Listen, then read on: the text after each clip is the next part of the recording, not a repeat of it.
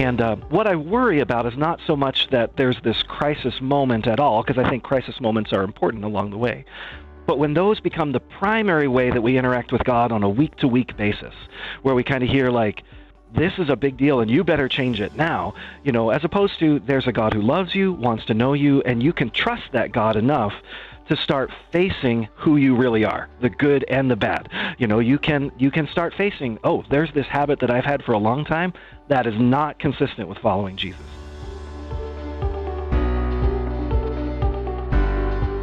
But I thought it would be very helpful to focus on the issue of anxiety and how that relates to worship. We have, of course, had people like Max Lucado on the program many times. He's written about that. One of the individuals that Michael Jordan, the author of this book, has mentioned is R.C. Sproul. He's been on the program with us as well, and others. And so this is a book that I thought may be helpful to all of us. Worship in an Age of Anxiety, How Churches Can Create Space for Healing. And I think we will certainly be able to dig into this in some detail. Reverend Dr. Michael Jordan has his Ph.D. from Drew University. He's an ordained Wesleyan pastor, has had 11 years of pastoral ministry experience in various churches, United Methodist, American Baptist, and Wesleyan churches. Also, I might mention, serves as the dean of the chapel and also an associate professor of religion at Houghton College, and he joins us now by phone. So, Dr. Jordan, thank you for being with us today here on Point of View. It's a great privilege. Thanks so much for having me on, Kerby. Let's talk about anxiety. Almost a third of your book really gets into that in some detail, and I think it is very relevant because we really are in an age of anxiety, aren't we? We sure are, yeah. It's certainly easy to kind of pin on the pandemic, but that's something that's been rising for a long time. One of the things I found when I was researching this was the idea that the average American child, when I was a kid in the 1980s, experienced about even a little more anxiety than child psychiatric patients reported experiencing in the 1950s. So this is not just a pandemic thing, but something that's been on the rise for a long, long time. You make a connection there between mental health and spiritual health. And this, I think, is the sad commentary. Matter of fact, let me just hold up one of the things that will be coming to many of our listeners. It's the latest issue of Outlook, and I'll hold this up. This is the article that I did on the anxious generation. Jonathan Haidt, he looking at it from a more secular point of view, isn't going to draw the inferences that you are. And so let's, if I can, ask you to do so, because it does seem to me that there is a connection, and you talk about that early on in your book. Yeah, for sure. I mean, I think when we're talking about anxiety and Jonathan Haidt's stuff is really, really good on this, but it's, it's about an intolerance of the uncertainty that we all face. And, there's just so much about the future that's not certain. We all, to varying degrees, would kind of like to write our own stories with our lives and to know where those stories are going, but we don't get to do that all the time. And that causes people, most of us can deal with that most of the time, but that causes some people it bothers all of us sometimes, but some people it bothers more than others. And that's also a spiritual reality. I mean, we acknowledge that our lives are in God's hands, not our own. And because of that, right, so much of a healthy spiritual life is being able to kind of yield that stuff to God. Perhaps you didn't get the promotion you wanted to get at work, and you're just not sure what's happening now, and you have to kind of leave your reputation in God's hands, and you know that reputation is not something you can control in other people, and learning to be okay with that, not writing the narrative, is a really important part of following Jesus. But it's hard to learn, and for some people, it really blurs together the kind of mental health, spiritual health thing. I think might as well, as I'm going to mention a little bit later when we open up the phones, ask some people to comment. And to be perfectly honest, one of the things that caused our conversation off air about your book was, isn't there sometimes when the church itself is the one that is promoting the anxiety, sometimes even in the church service? So I thought that was a connection that is very important as well, don't you think? For sure. Yeah. Anxiety really is, if we want to put it this way, it's a very reliable tool to get things done. And so, we can prompt anxiety in all kinds. I can find myself doing that with my kids. I've got 5 kids, and there are times when I want them to do something that they should be doing, and they just don't feel the need. And so beginning to prompt a kind of uncertain future for them if they don't do this thing is part of a lot of human interaction. And it's good for us to think about, like, obviously there is a way in which holding up to people the lack of certainty we have as people and saying Jesus provides an answer for this is an important thing to bring people face to face with the uncertainty we face and to help them see Jesus provides relief. So it's not always wrong, but I think sometimes in our churches it can be kind of indelicate. We are not always thoughtful about how we use the tool of anxiety and when we are wise and when we are discerning and when we should maybe put that aside in favor of something else. So yeah, I think we're guilty as charged there, Kerby. For sure. Guilty as charged. And again, I just wanted people to understand that that's part of the issue as well. Let me just mention, first of all, this book has been published by InterVarsity Press, and it has been out for some time, which is why oftentimes we do provide a link so that you can get it in paperback or Kindle, and I think it is just a great opportunity for you to know more. We also have a link, which I think you will appreciate, to InterVarsity Press and the interview that they did with Michael Jordan as well. So I think there's some great resources there for you, some various excerpts and other material in case you would want to read it ahead of time, or maybe you'd like to use some of that material. Do you have everything from acceptance and commitment therapy to some of the ideas that have been put forward by, and of course, I mentioned Max Lucado, and you have quotes from R.C. Sproul and a number of other individuals as well that have been on the program. And so we'll get into some of those. Craig Rochelle, for example, is another one we've had on the program, and just talk about how to address that. And then we want to say, okay, what can the church do and what should the church do in terms of providing a healing approach? And that is something I think you're going to find very helpful, because it is something that maybe we don't talk about every day, and that's why we're talking about it today. And Michael, I certainly want to spend some time talking about the liturgical answers to that and worship, but just for a few more minutes, since you spent nearly 70 pages talking about anxiety, let's talk about how some have proposed to address this issue of anxiety. And I mentioned a few individuals, of course, Max Lucado, who's been in studio with us a number of times, and of course, R.C. Sproul and Craig Rochelle, to mention just a few. And even in the past, some have used anxiety for conversion. D.L. Moody, Billy Graham. Can you kind of give us an overview there before we get into some of the solutions? Sure, for sure. So what I think is interesting is there's kind of like there's two faces to the ways that we talk about anxiety. So on one hand, you have speakers who will talk about anxiety as always kind of a negative, like anxiety is the thing that robs us of our joy. I think that was the Sproul quote that was in there. The idea of, be anxious for nothing literally means don't have anxious feelings about things. So on one hand, you have that kind of approach that says the anxious feeling itself is a sign that something's wrong. On the other hand, though, as you say, I mean, there are preachers who, to varying degrees, and I talk about Charles Finney and Dwight Moody and Billy Graham in the book, and to varying degrees sort of understand how anxiety really does sort of contribute to the way we make decisions. And those three gentlemen, again, to varying degrees with varying purposes, kind of understood those tools, some of them explicitly and some more implicitly, and sort of thought those are good to help people make decisions. And again, I really want to be clear. Like, I think that the decision to follow Jesus really is often prompted by my future really is uncertain. I've kind of gotten to the end of myself. I have tried all the things I know how to try. I can't do this myself anymore. And so I need something different. I need to know someone. And so proposing Jesus at that moment is a really, really helpful thing. I think people have talked about it in different ways, but often it's hard when that's the logic that kind of undergirds a lot of why you choose to follow Jesus. And then you hear, oh, it's a bad thing. So there's some real, some bifurcation in the way that people talk about it. Well said. Let's, if we can, kind of get into this idea of whether or not the church can provide a healing approach. And I guess maybe you and I can try to thread the needle, because there are individuals right now that will say you don't go to church to be told that you're doing well. You go to church to be challenged. And so there's a sense in which if you go to a church and you always walk out comforted, maybe that church is doing the wrong thing. But on the other hand, and that's the part that you want to bring in. There are people getting beat up by the world. They are dealing with very significant issues. They are facing divorce, abuse, all sorts of other issues. And the church should be a place of healing.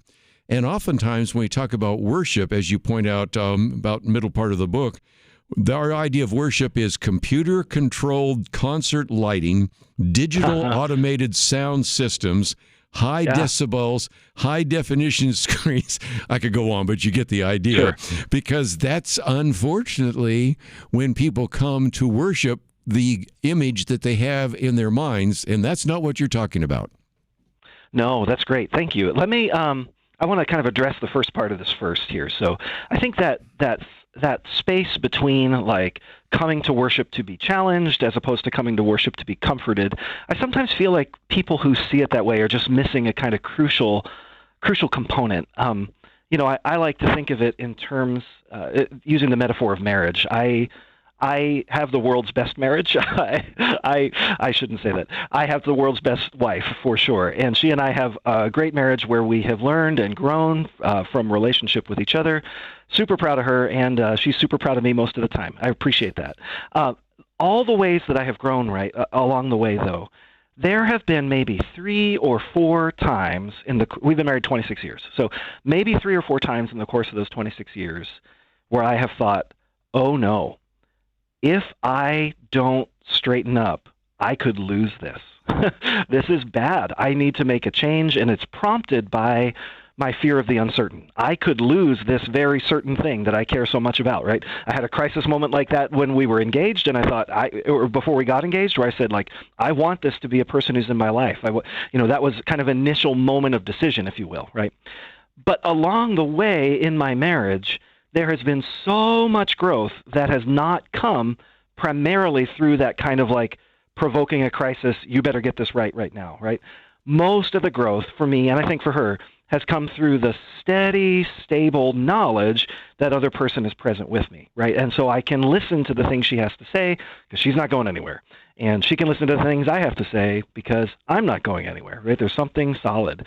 And what I worry about is not so much that there's this crisis moment at all, because I think crisis moments are important along the way. But when those become the primary way that we interact with God on a week-to-week basis, where we kind of hear like, this is a big deal and you better change it now, as opposed to there's a God who loves you, wants to know you, and you can trust that God enough to start facing who you really are, the good and the bad. You can start facing, there's this habit that I've had for a long time that is not consistent with following Jesus. And it's usually a secure relationship that helps us do that. So I'm not at all sort of saying like, let's just take it easy on people, let's just say comforting things. But it's more, how are we week to week building a relationship where people are ready to hear those comforting things? Does that make sense? Certainly does. And let me just now get into what is the rest of your book, because we really could spend a whole hour on the first 80 pages, but these last chapters are so well said. And the first one is the healing approach to liturgical time. Now, we've talked about this before because there are signs and seasons. The scriptures talk about that. A year, that's very easy to define because it's the complete circle around the sun. A day, 24 hours. Weeks are a little different, but established in the creation order. And then, of course, you have the seasons. And one of the things I say, Michael, oftentimes is that I am struck by how many times important decisions, even conversions, take place out there in nature at a Christian camp. I love Christian camps. I've sat on the board of a lot of Christian camps and things like that. Or when people go backpacking or hiking or whatever, when you put God's word with God's world, that's the case. And in this 24/7 cacophony of voices and norms and all sorts of other things, and this fast-paced, frenetic lifestyle, we get out of season and out of connection with that. And so the whole liturgical time and the liturgical calendar are really important, and that's what you're trying to communicate, isn't it? Yeah, I really get very exasperated with conversations about liturgical time sometimes, because when we're talking about the Christian year, like I remember when I went to seminary and learned about seasons like Lent and Advent and Pentecost, and I was not part of a church that did much with that growing up. And so sometimes conversations about this mostly sound like, oh, I went to seminary and learned some new name for it. So, you thought it was Father's Day. Turns out it's Pentecost, and it just becomes kind of an unnecessary argument.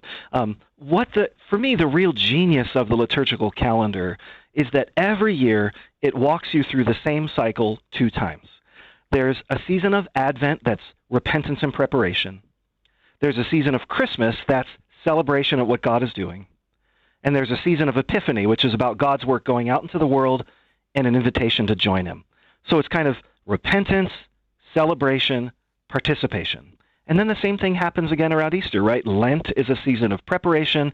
Easter is a season of celebration. Pentecost is the season of participation. God's Holy Spirit is going out into the world. Let's go with him. And so for me, like, the genius to that is not, oh, we get to put up some fun colored banners and we get to refer to, these kind of esoteric seasons. But no, it's taking me out of my own little story and it's putting me in God's story in a way that takes many weeks to tell, right? So we're able over the course of 4 or 5 weeks, 7 weeks during Lent, but to really say, what is going on in me that needs repentance? What needs to be made right? And then what do I need to celebrate? And then how do I participate in what God is doing? And all of a sudden we stop focusing on ourselves and what's going on inside us. Well said. And more about what God is doing, and that's the really exciting thing about worship is when we discover what God is doing and get involved, Well, I certainly agree.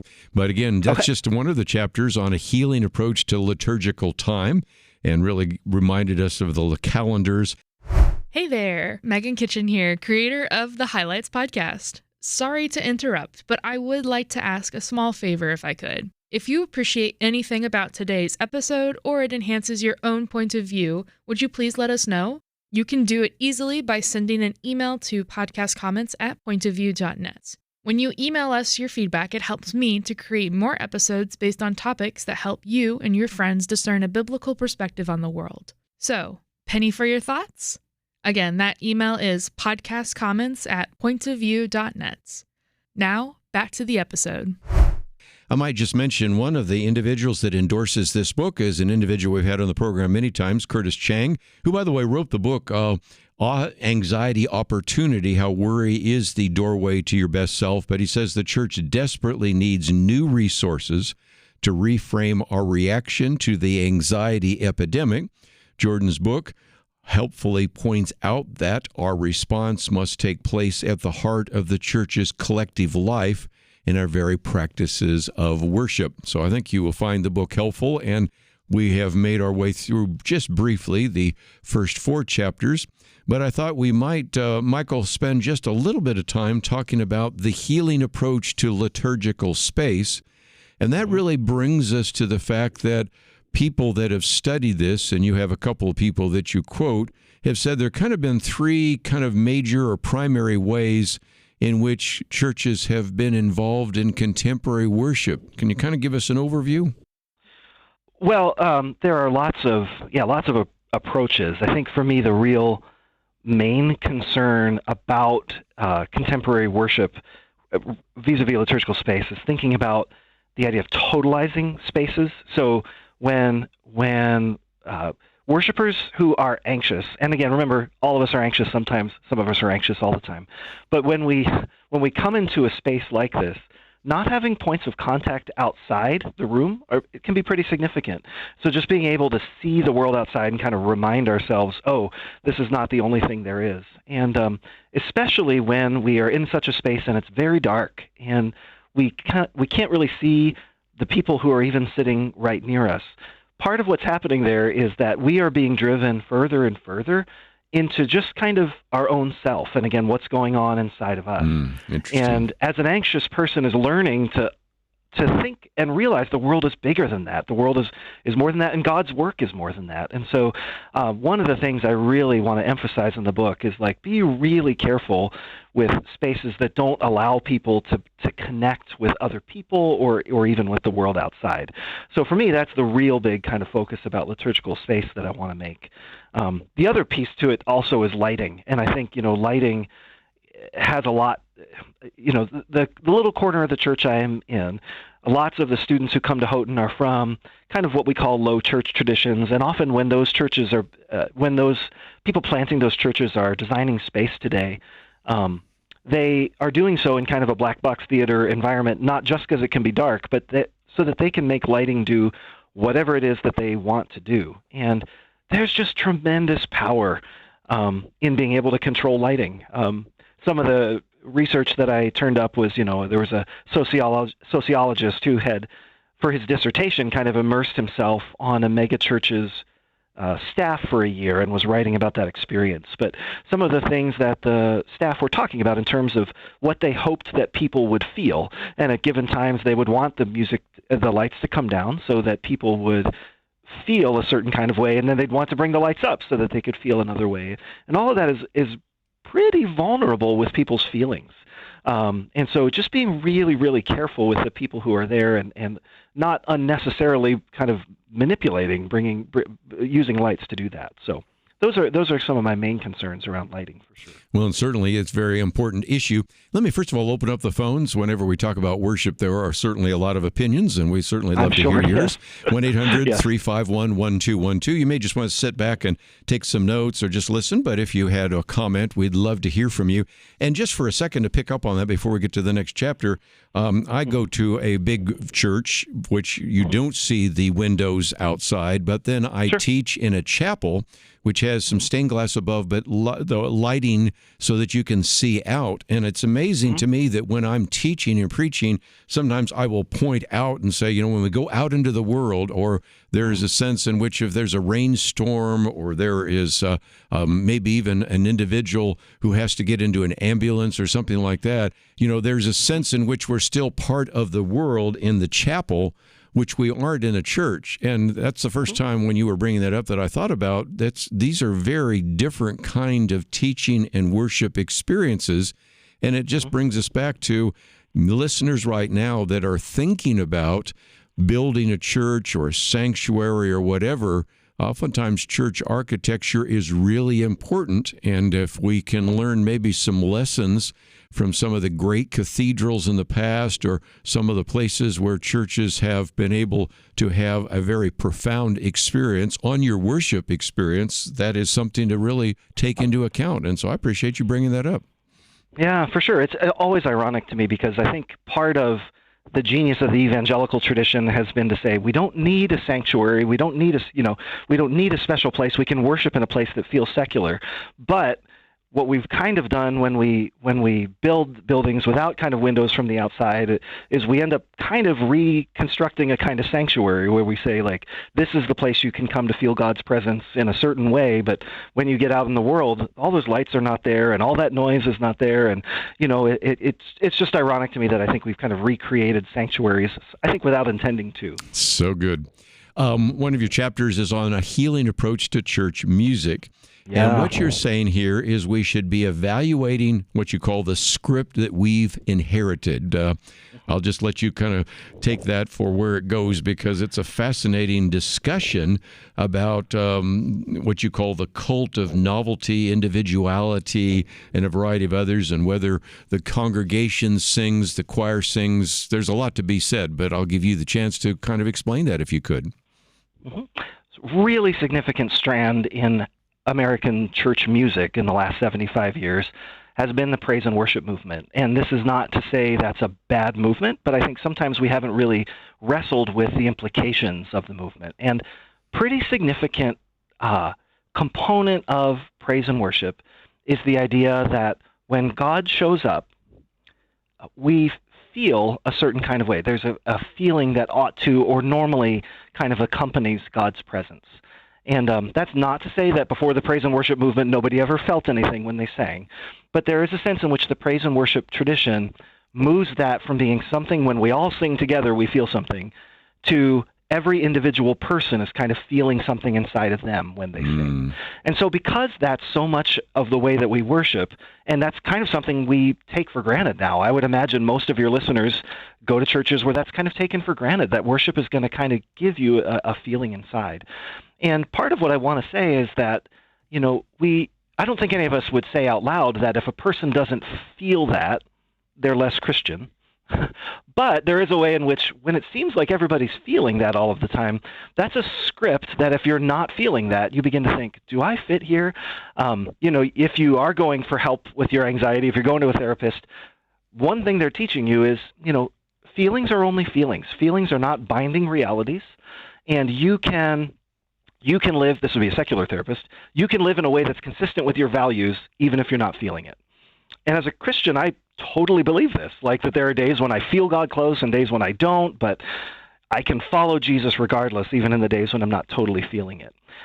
But then sometimes our approach to music can kind of confuse that a little bit, where it's sort of like, if I'm not feeling that, is God here? And I just want us to challenge that script a little bit.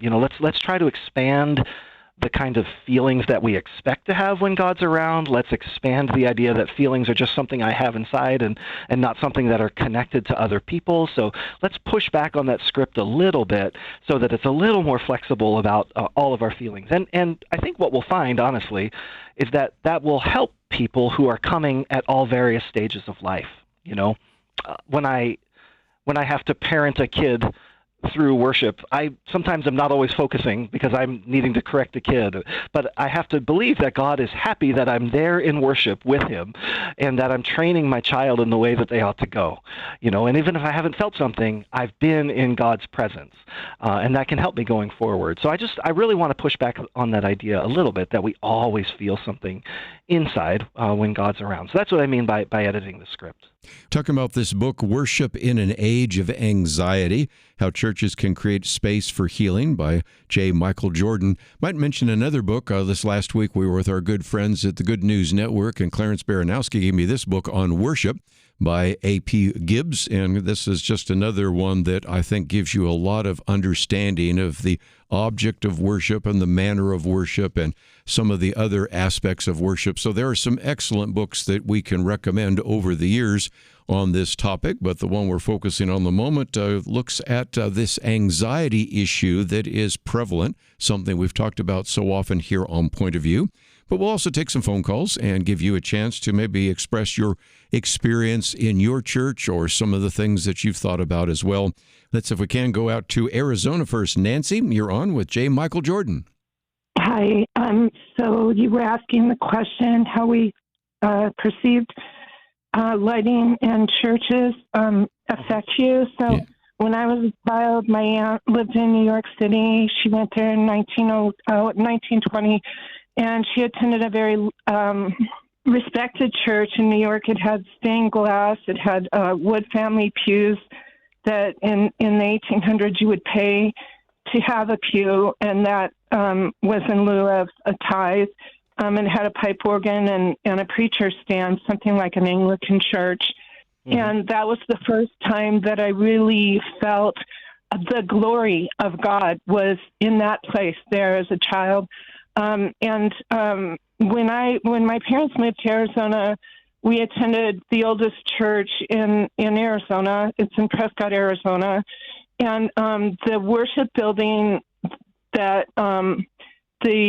was sort of a streamlined Frank Lloyd Wright feel to it, the room that they were worshiping in at the time, and not very many windows, and that felt really closed in, like you were holding the world out, which was, I think, supposed to be the concept of that. Mm-hmm.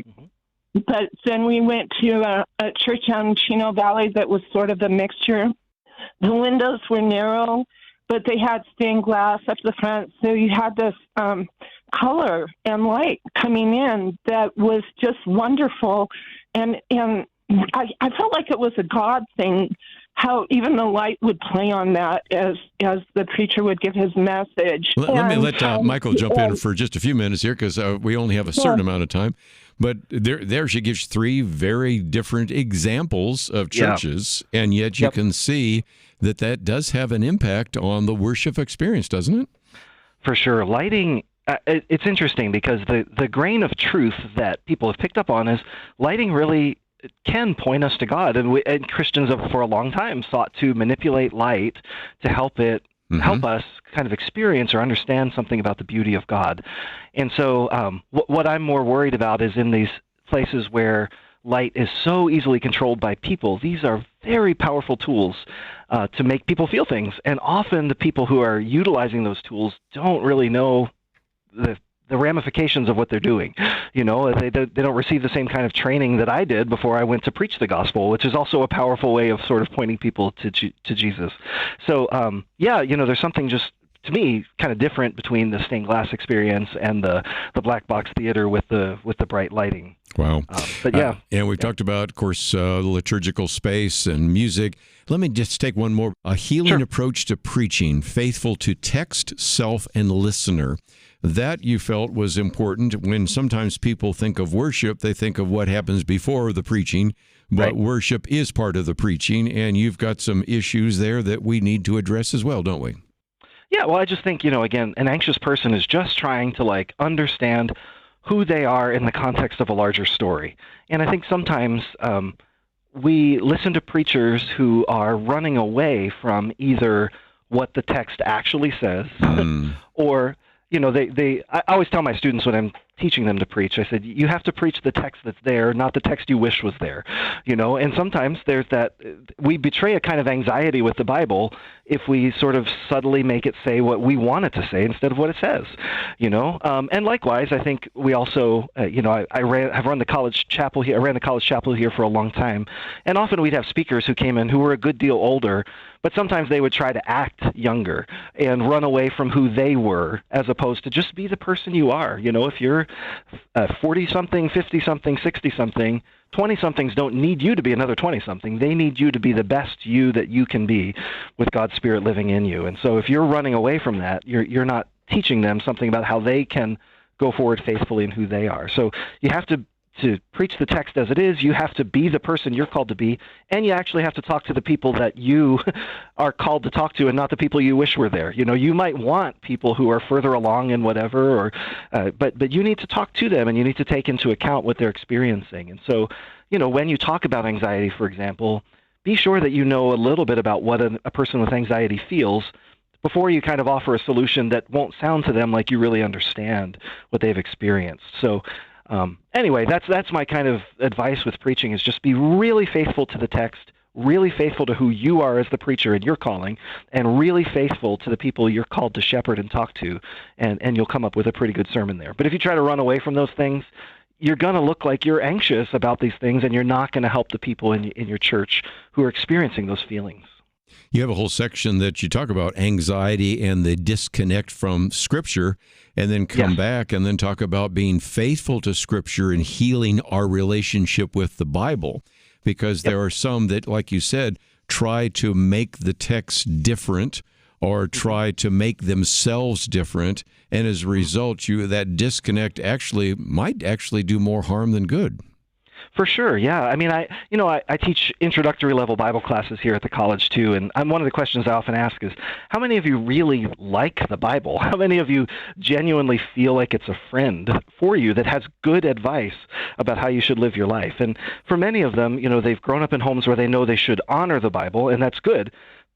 But often it's hard for them to really have something else than a more oppositional relationship. Oh, the Bible has something I should know about, but maybe not something I want to know. And part of what the preacher can really do is demonstrate through the words we use and even through the affect that we bring to the pulpit. This is a good book. I like this book. This book points people to the living God reliably. And even if there's something that's complicated for you, like if we're talking to a group where we know there are divorced people, we don't run away from the passages that talk about divorce.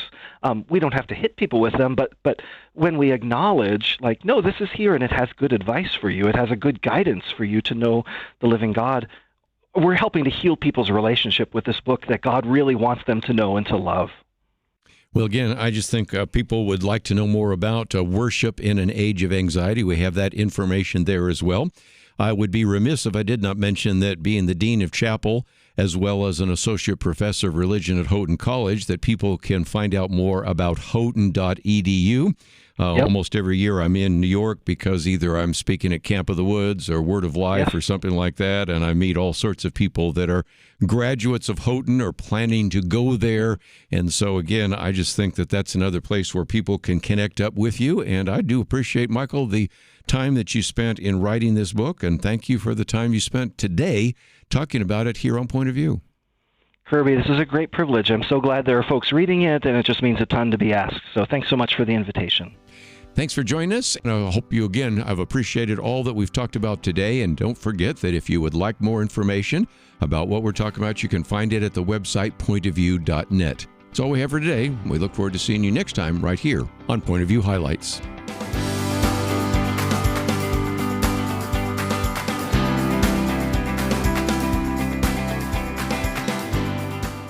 Thanks so much for listening to today's Point of View Highlights. I'm Liberty McCarter, host of the Know Why podcast, a weekly podcast for young adults who want to know why they believe what they believe. If you have young adults in your life who would like more meaningful conversations like this, send them over to knowwhypodcast.com. And we'll see you next time on Point of View Highlights.